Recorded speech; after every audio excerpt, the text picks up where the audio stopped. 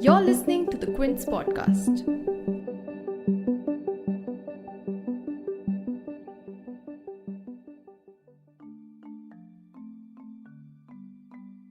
Just as vaccines are being rolled out for emergency use, the news of a new and more contagious strain of coronavirus is spreading in the UK and it's raising alarms across the world.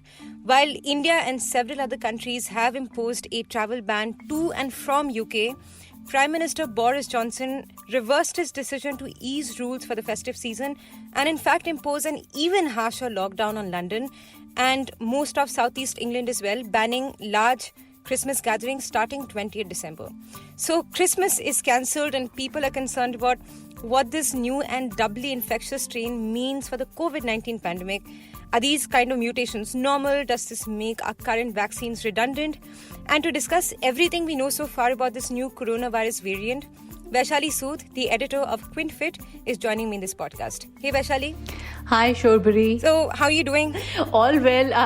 Clearly this news has made all of us a little nervous, but I'm here to answer all your questions and try to ease some of the concerns. Yeah, thank you so much for taking the time out for this podcast. Right. Thanks, Shorbari. You're tuned in to The Big Story, the podcast where we dissect the headline-making news for you. And I'm your host, Shorbari.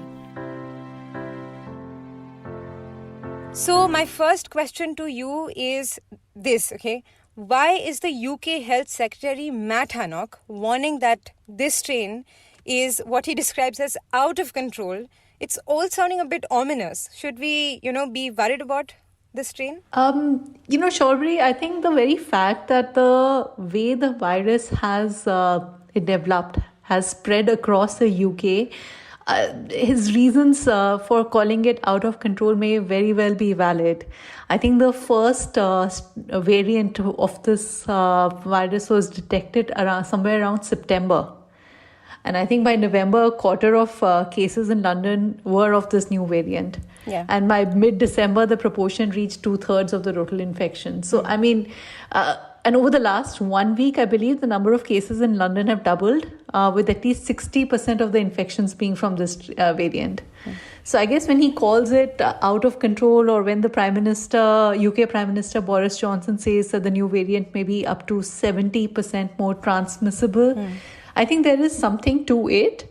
And I think as all scientists and experts are saying, we need to be watchful. We needn't be worried at this stage, but we certainly need to be watchful. And we need to investigate this further. And I guess which is why these new rules and these new lockdowns have been put in place. Not with the intention of cancelling Christmas, I'm sure, but with an intention of trying to contain the spread while the scientists try and understand this variant a little better. And Britain has recorded about 240,000 cases so far. And as you mentioned already, the pace of infections in the UK has sped up incredibly since this new strain was detected. And there are also reports of a similar kind of explosion in South Africa right now. But of course, we've been reading reports on such mutations since coronavirus was first detected in China in 2019, right?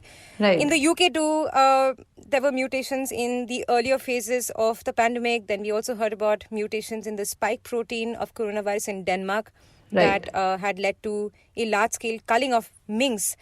But what I want to understand from you, Vaishali, is what is it that's making this new particular variant in the UK so much more dangerous? Shorbari, I think first we need to understand this very basic fact about how viruses work. Mutations are a very normal part of it.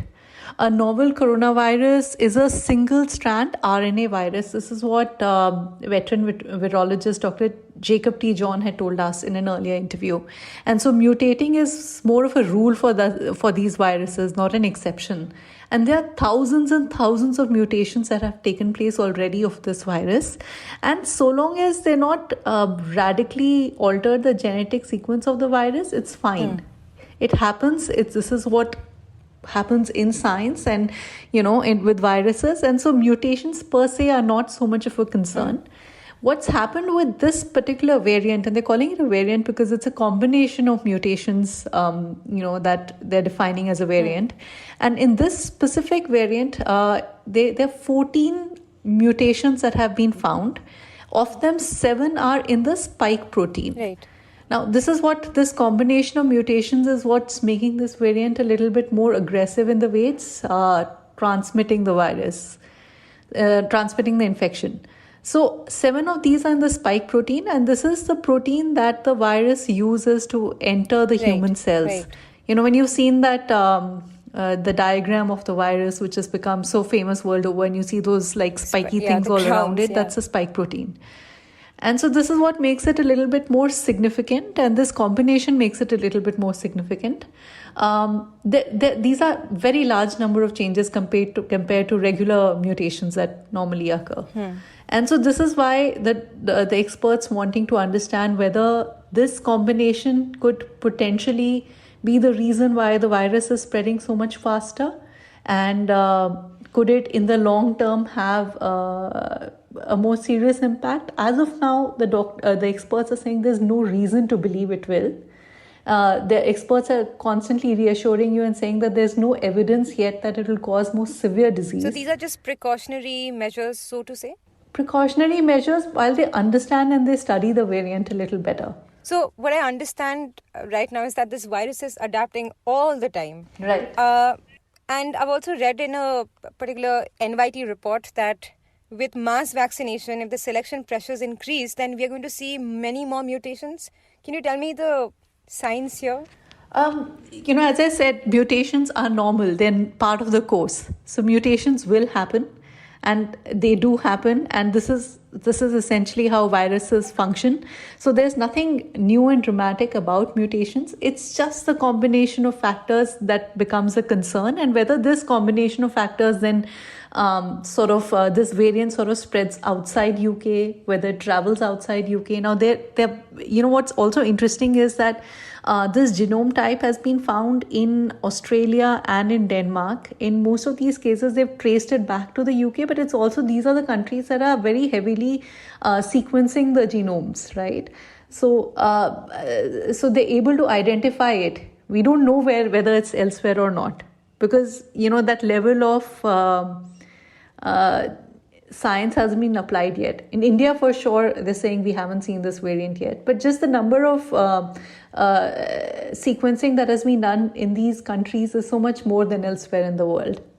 So, that's one of the reasons why I think scientists are saying, look, we need to be cautious, we need to be worried, and we need to understand this a little better. And while we do that, let's just all take it a little easy. So, as of now, the worry is that, it might, it's the general worry, right, about the vaccines, that it might make it irrelevant. So, are we still going on with the vaccination process, the rollout that's happened in the UK and US? Okay, so vaccines, Shaurbari, largely stimulate a broad antibody response to the entire spike protein. And some of these mutations have occurred in the spike protein, but what most vaccine makers are saying is that the vaccines will simulate a broad antibody response, which will take care of all these mutations. So it is not likely to affect the efficacy of these vaccines. Now, over a period of time, there is a possibility that like seasonal coronaviruses, this coronavirus also escapes immunity. Okay. Right? And this is what happens with flu, with influenza, which is why every year they have to update their vaccine, and then you get like a new shot every year because they've updated the vaccine with the new information that they have. So that is a possibility that may happen, but there is nothing to say that the vaccine itself will be rendered irrelevant at this stage. There is zero evidence for it. And they're trying to understand it. And as far as they know, that so far the vaccines will take care of the entire, their broad antibody response will take care of all the mutations that have happened. So it's important to clarify this, and it's important to say this outside aloud, because vaccine drive has already started in some parts of the world. In the UK, vaccination is happening currently. In the US, vaccination is happening currently. So it's very important to say that we need to calm down. We need to understand how vaccines work. Vaccines will take care of most mutations. And if at all in future the scientists discover that, the coronavirus over a long period of time or a certain period of time will escape immunity, then maybe you need a booster shot. Right. So I think there's a lot that needs to be investigated and understood and studied. So let's wait and watch. Okay, so that's quite assuring because it was so far sounding like Pandemic 2.0, but that's quite reassuring. And thanks a lot, Vaishali, again for joining me in this podcast and explaining all these aspects of the virus. Thanks, Shorbari. As I said, it's a developing situation, and I'll be happy to give you more information as we find out. And for our listeners, please do visit the QuintFit, which is the health vertical of the Quint, where we are constantly monitoring and updating all the new information that we're gathering on coronavirus. And Vaishali and the members of QuintFit are constantly in touch with experts, trying to dig up more information on the pandemic. So please do check out QuintFit. So yes, please go on QuintFit and check out more information and do listen to these podcasts. Thanks so much, Shorbari, for speaking with me. So now the good news for India is that this strain hasn't been reported in the country anywhere as of now, like Vaishali said. Although it may be a bit of a holiday dampener for some, to exercise caution, the centre has also imposed a travel ban to the UK. As per a notification from the Ministry of Civil Aviation, all flights originating from the UK to India shall be temporarily suspended till 31st December, starting 22nd December. Norway and Netherlands have also imposed similar measures. Israel has barred flights from Britain, Denmark and South Africa, while Saudi Arabia has absolutely sealed its borders for a full week. Scotland and Ireland are also expected to seal their borders with the UK. But what does this mean for us? Well, lab experiments would be needed to determine the transmissibility of the new strain and the risks, if any, it poses. But for now, experts believe that there's good reason to be cautious. If you like listening to this episode, please subscribe to the Big Story playlist for episodic updates. We're live on Apple, Google Podcast, Spotify, JioSaavn, and most of the other popular podcast streaming platforms.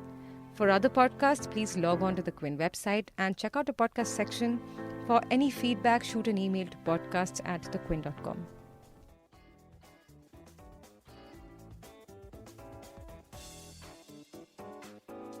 Thanks for listening. Log on to the Quint's website and check out our other podcasts.